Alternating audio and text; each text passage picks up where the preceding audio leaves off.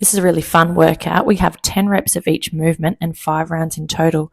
We start with a candlestick where we're standing upright, rolling down to the floor, lifting our toes towards the sky, bending our knees, feet to the floor to stand up. If you're unable to stand up, you can roll backwards onto your spine, toes to the roof, and then roll back along your spine to bring your feet to the floor and sitting upright. We then do 10 bear squat to push up. So we're in a plank position, pushing back into our toes with our tailbone going towards our heels, coming back to the plank position and then completing a push-up. The modified version of this is to complete the bear squat with our tailbone going towards our heels, but as we come to do the push-up, we bring our knees to the floor and then our chest towards the floor into the push-up from that position.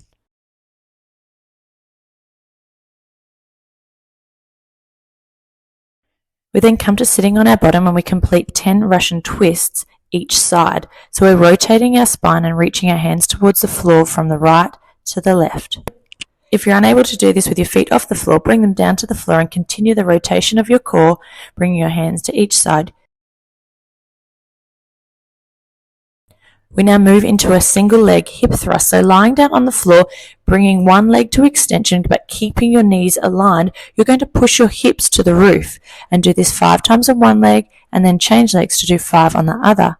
If you're having trouble doing this single-leggedly, bring 2 feet to the floor, press through your heels and lift your hips up to the floor, trying to create the longest spine possible. After you complete 10 reps of the hip thrusts, we go into our windmill. So now we extend our arms out by our sides, we lift our toes towards the sky, and we use our core to bring our legs down to the side of us, trying to do this in a controlled manner so that we do not hurt our backs. From one side, we bring our legs over to the other side. We want you to think about pressing both of your shoulders onto the floor and that maintains contact the whole entire time. It is our hips rotating from side to side and our core engaged the entire time. If you struggle to do this with straight legs, bend your knees to 90 degrees and then lead with your knees coming from side to side.